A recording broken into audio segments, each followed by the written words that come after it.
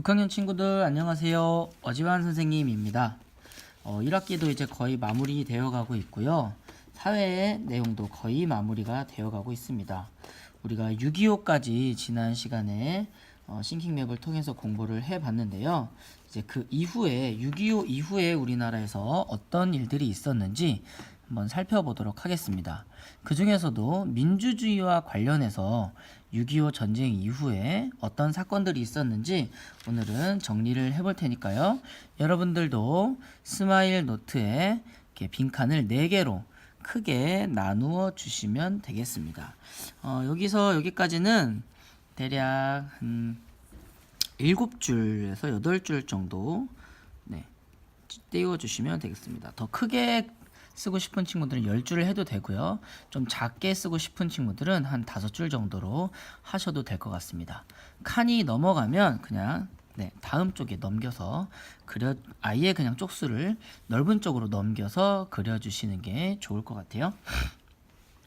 자, 6.25 전쟁 이후에 이제 전쟁이 끝났으니까 이제 우리나라도 정부도 만들고 해야겠죠.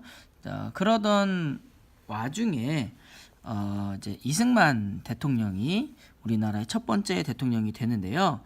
이승만 대통령과 관련해서 있었던 사건에 대해서 공부를 해보도록 하겠습니다. 자, 여러분 들어본 적이 있을 수도 있는데 4.19 혁명이라는 사건이 있었습니다. 선생님이 방금 이야기한 것처럼 우리나라의 첫 번째 대통령은 이승만 대통령이라고 하는데요. 대통령이신데요. 첫 번째 대통령을 우리가 초대 대통령이라고 합니다.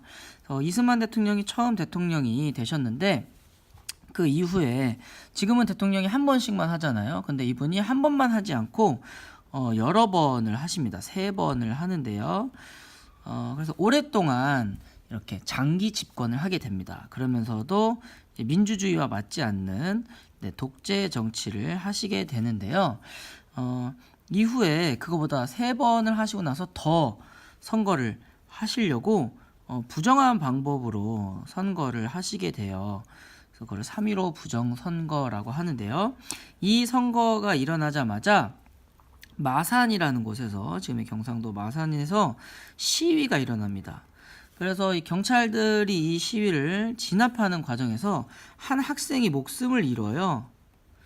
자, 이 학생은 뭐 군인도 아니고 경찰도 아닌데 이 김주열 학생이라는 사람이 죽임을 당하게 되자 더 시위가 격렬해지고요.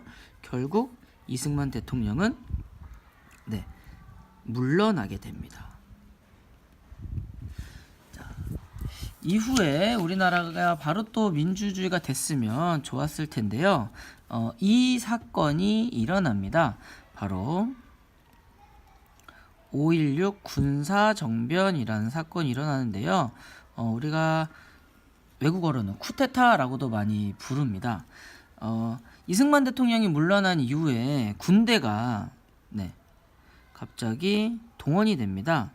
자, 대통령이 사라진 이 상황이 매우 어지럽고 혼란스럽다고 생각해서 몇몇 군인들이 뜻을 같이 해서 군대를 동원하게 되는데요.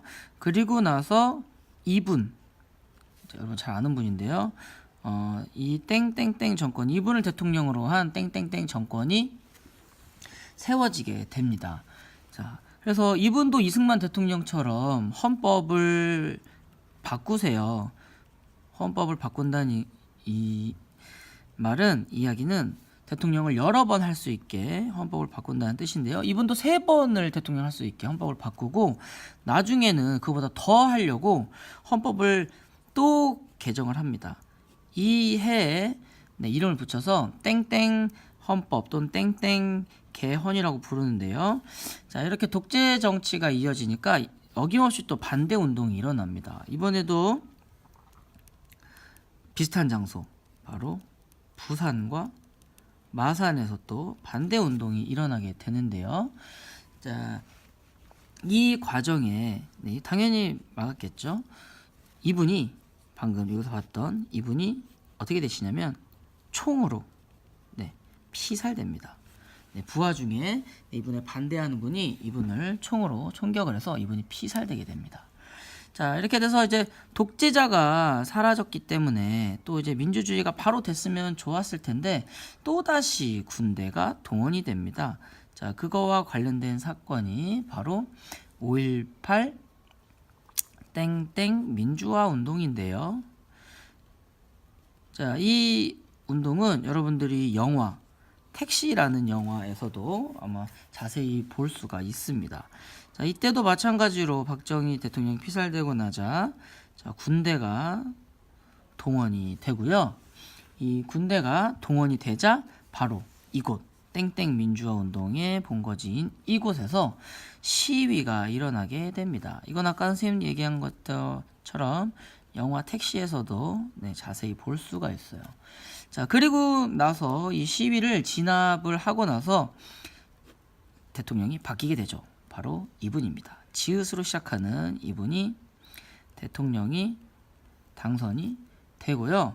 이분은 이런 시위나 이런 거를 못하게 하기 위해서 굉장히 국민들을 좀 무섭게 탄압을 합니다.